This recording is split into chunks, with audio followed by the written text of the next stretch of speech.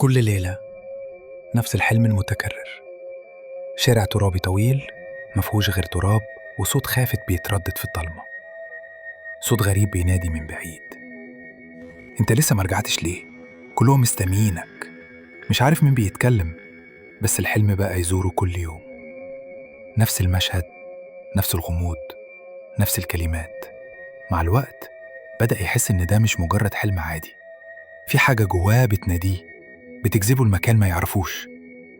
ويوم من الأيام صحي بدري، خرج من البيت من غير موبايل، من غير مفاتيح، لابس نفس الهدوم اللي شافها في الحلم، وبدأ يمشي. نفس الشارع، نفس التراب تحت رجليه، ونفس الصوت، بس المرة دي كان أوضح. أخيراً جيت، اتأخرت علينا.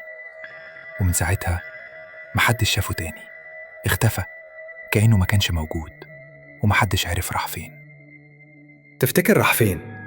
بيته القديم ولا قبره؟ لو عجبتك القصة اشترك في القناة وفعل الجرس عشان يوصلك كل جديد من حكاياتنا الغامضة. خليك معانا، في حاجات تانية كتير لسه ما نحكيهاش.